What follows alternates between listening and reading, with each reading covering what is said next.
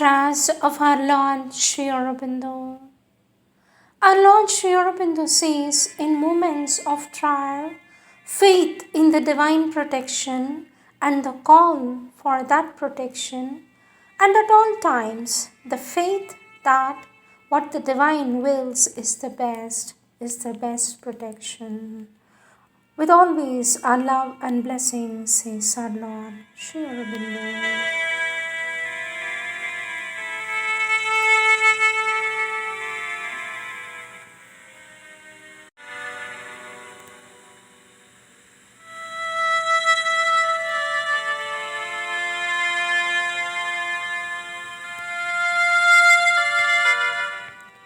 Words of our Lord Sri Aurobindo, taken from the collective works of our Lord Sri Aurobindo, book Letters on Yoga, Part 4, Chapter 1, The Right Attitude Towards Difficulties, subtopic, under the second section, Sunlit Path, the sunlit path and the path of darkness.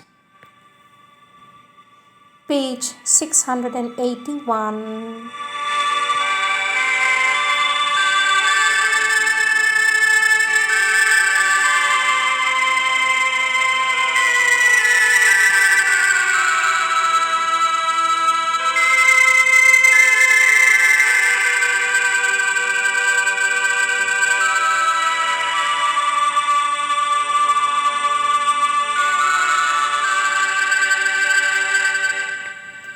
Our Lord Sri Aurobindo says, I do not believe much in the divine's darkness.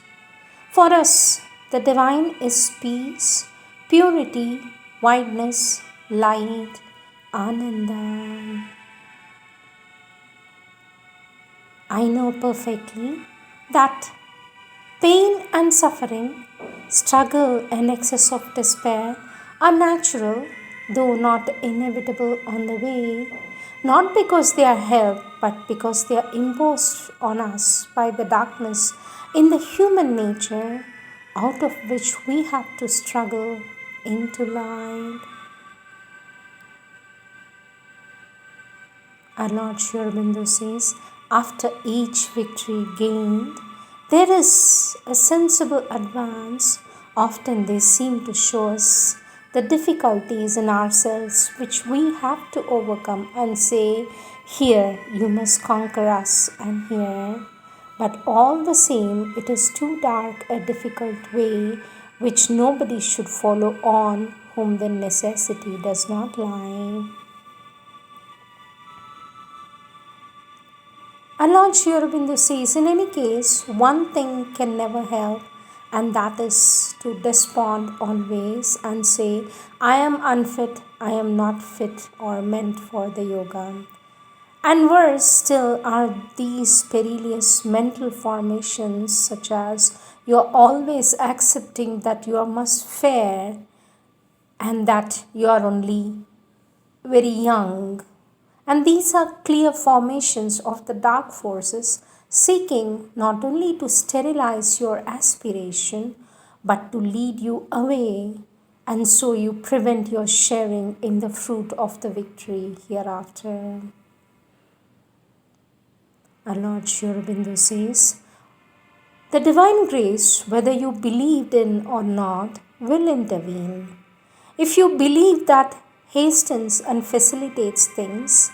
If you cannot yet believe, still the soul's aspiration will justify itself with whatever difficulty and struggle.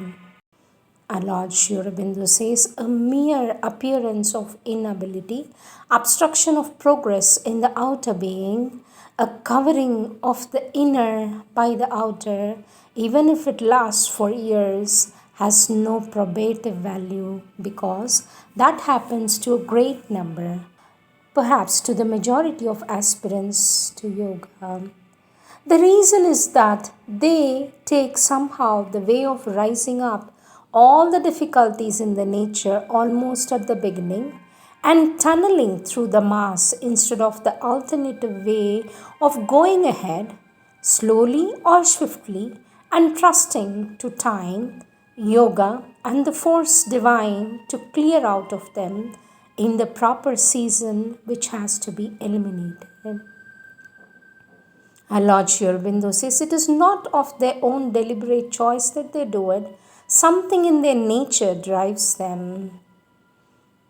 There are many here who have had or still have that long covering of the inner by the outer, or separation of the inner from the outer consciousness. You look yourself took that way in spite of our expostulations to you, advising you to take the sunlit road, and you have not yet got out of the habit. But that does not mean that you went or you won't get out of the tunnel. And when you do, you will find your inner being waiting for you on the other side, in the sun and not in the shadow. Anyone who is a guru at all ought to be patient first, because he knows the difficulty of the human nature. Secondly, he knows how the integral yoga force works in so many contrary ways, open or subterranean, slow or swift, volcanic or coralline, passing from one to other. He does not use the surface reason but the eye of the inner knowledge and yogic experience. Our Lord Sri Aurobindo says,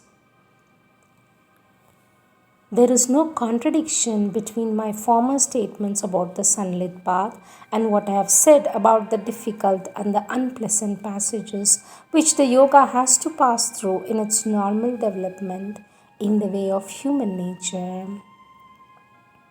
The sunlit path can be followed by those who are able to practice surrender. First, a central surrender, afterwards, a complete self giving in all parts of the being. If they can achieve and preserve the attitude of the central surrender, if they can really wholly on the divine, if they can rely wholly on the divine and accept cheerfully whatever comes to them from the divine, then their path becomes sunlit and may even be straightforward and easy. They will not escape all difficulties, no seeker can, but they will be able to meet them without pain and despondency, trusting in the inner guidance and perceiving it more and more or less in the outer guidance of the Guru. Our Lord Sri Aurobindo says, it can also be followed even when one feels no light, no guidance, if there is, or if one can acquire a bright, settled faith and happy bhakti, or has the nature of spiritual optimist and the firm belief or feeling that all that is done by the divine is done for the best, even when we cannot understand his action. But all have not this nature, most are very far from it, and the complete or even the central surrender is not easy to get, and to keep it always is hard enough for our human nature. Our Lord Sri Aurobindo says, when these things are not there, the liberty of the soul is not attained, and we have instead to undergo the law or fulfill a hard and difficult discipline. That law is imposed on us by the ignorance, which is the nature of all our paths. Our physical being is only a mass of ignorance. The vital is full of ignorant desires and passion. The mind is an instrument of ignorance, struggling towards a kind of imperfect or mostly inferior and external knowledge. Our Lord Sri Aurobindo says the path of the seeker proceeds through this ignorance. For a long time, he can find no light of solid experience or realization, only the hope and ideas and beliefs of the mind, which do not give the true spiritual seeing. Or he gets glimpses of light or periods of light, but the light often goes out, and the luminous periods are followed by frequent or long periods of darkness. Our Lord Sri Aurobindo says there are constant fluctuations, persistent disappointments, and innumerable faults and failures. No path of yoga is really easy or free from these difficulties or fluctuations. The way of bhakti is supposed to be the easiest, but still we find constant complaints that one is always seeking but never finding, or even at the best, there is a constant ebb and tide, milna, viraha, joy and weeping, ecstasy and despair. Our Lord Sri Aurobindo says, if one has the faith, or in the absence of faith, the will to go through, one passes on and enters into the joy and light of the divine realization. If one gets some habit of true surrender, then all this is not necessary. One can enter into the sunlit path, or if one can get some touch of what is called pure bhakti, shuddha bhakti, then whatever happens, that is enough.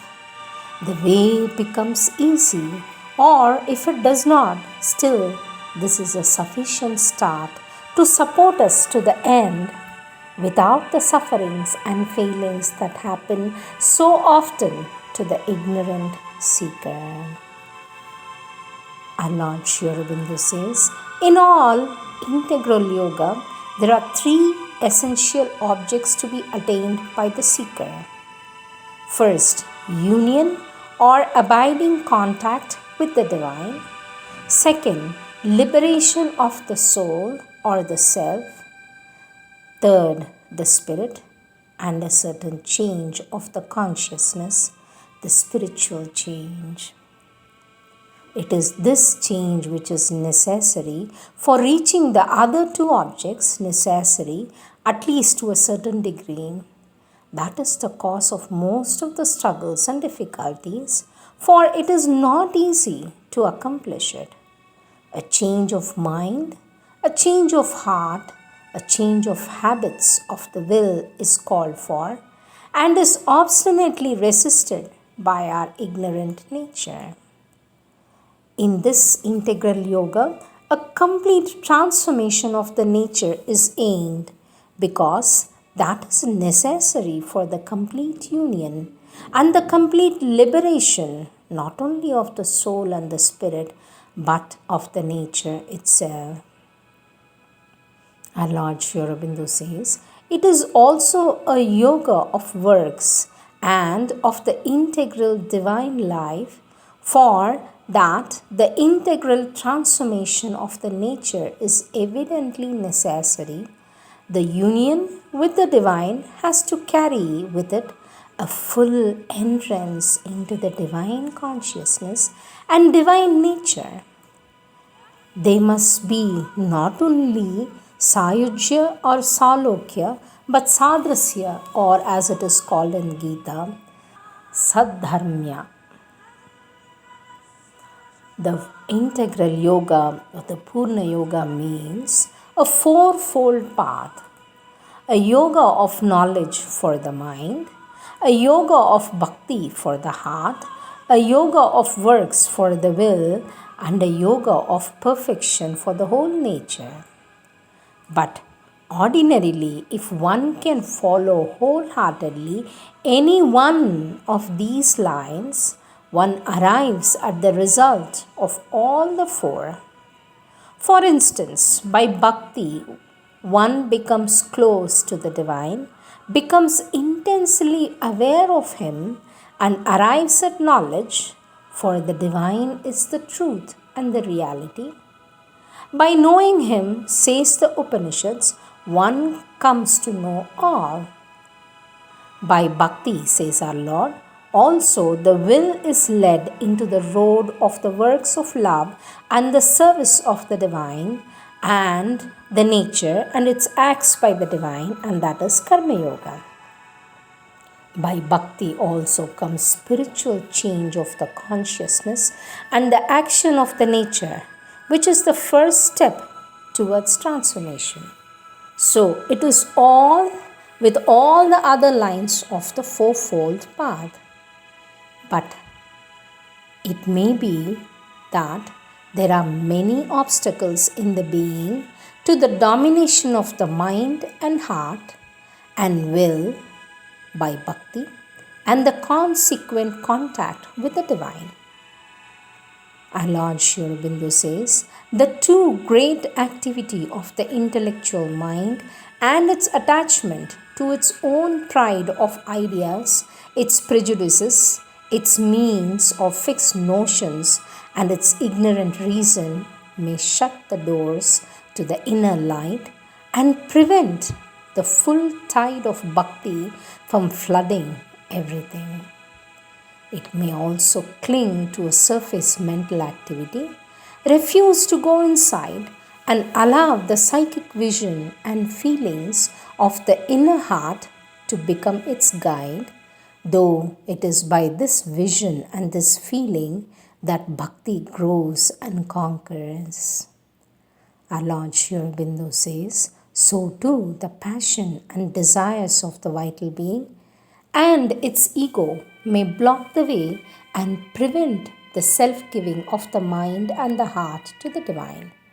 The inertia, ignorance and inconscience of one's physical consciousness, its attachments to fixed habits of thought, feeling and action, its persistence in the old grooves may come badly in the way of the needed change. Our Lord Sri Aurobindo says, in such circumstances, the divine may have to bide his time. But if there is a real hunger in the heart, all that cannot prevent the final realization. Still, it may have to wait till the obstructions are removed, or at least so much cleared out as to admit an unimpeded working of the divine power on the surface nature. Till then, says our Lord, there may be periods of inner ease, some light in the mind, periods also of the feeling of bhakti or of peace, periods of joy, of self-consecration in works and service. For these will take long to stay permanently, and there will be much struggle and unrest and suffering. In the end, the divine's working will appear, and one will be able to live in his presence. Our Lord Sri Aurobindo says, I have described the difficulties of integral yoga at their worst, as they may hamper and afflict even those predestined to the realization. But as often there is an alternation or a mixture of the light and the darkness, initial attainment perhaps, and heavy subsequent difficulties, progress and attacks and retardations, strong movements forward, and a floundering in the blocks of ignorance. Even great realizations may come, and high splendors of light and spiritual experience, yet the goal is not attained. As one climbs from peak to peak, as in Rig Veda, there is made clear the much that is still to be done. But there is always something that either carries us on or forces us on.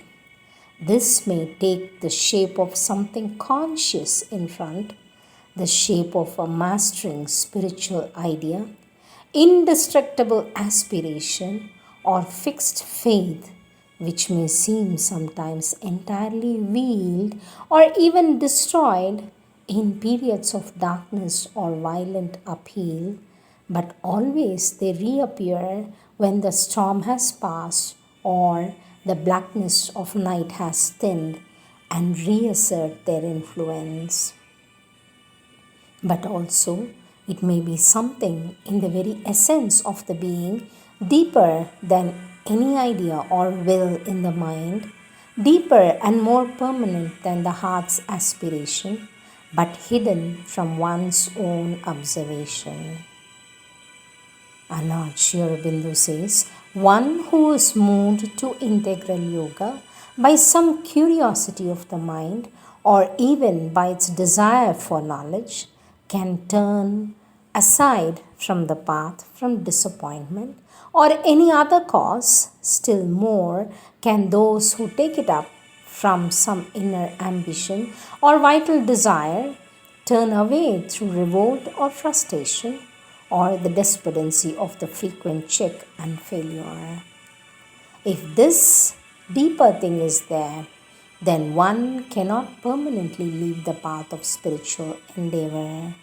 One may decide to leave the path but is not allowed from within to do it, or may leave but is obliged to return to it by the secret spiritual need within him. Our Lord says all these things are common to every path of yoga. They are the normal difficulties, fluctuations, struggles which come across the path of spiritual effort. But in this integral yoga, there is an order or succession of the workings of the secret force which may vary greatly in its circumstances in each sadhak, but still maintains its general line. Our Lord Sri Aurobindo says, our evolution has brought the being up out of the inconscient matter into the ignorance of mind, life, and body, tempered by the imperfect knowledge, and is trying to lead us into the light of the Spirit, to lift us into that light, and to bring the light down into us, into the body and life, as well as mind and heart, and to fill it with all that we are. This and its consequences, of which the greatest is the union with the divine and life in the divine consciousness, is the meaning of the integral transformation. Mind is our present topmost faculty. It is through the thinking mind and the heart with the soul, the psychic being behind them, that we have to grow into the spirit. For what the force first tries to bring about is to fix the mind in the right central idea, faith or mental attitude, and the right aspiration and poise of the heart, to make these sufficiently strong and firm to last in spite of other things in the mind and heart which are other than or in conflict with them.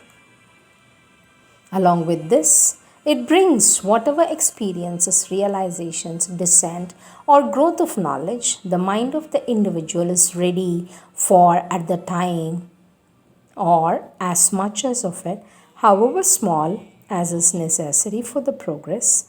Sometimes these realizations and experiences are very great and abundant, for in some they seems to be the first stage, nothing much. The forces seem to concentrate on a preparation of the mind. In many cases, the sadhana seems to begin and proceed with experiences, but in reality, this can hardly take place without any preparation, even if it is nothing more than a turning of the mind or some kind of opening which makes it possible. The access to the soul, the psychic being, is very less easy because it is covered up with the veil of ego, passion, and desire. One is apt to be swallowed up in a maze of vital experience, not really reliable. The temptations, the appeal of power of darkness to the ego. One has to struggle through these densities to the psychic being behind and bring it forward. Then only can the sadhana on the vital plane be safe. We'll continue.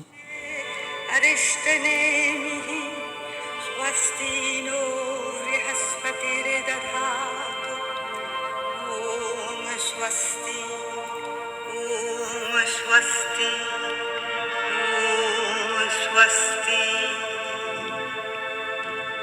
ॐ मध्ये सुधावधिमणिमण्डपरत्नवेदी सिंहासनोपरिगतां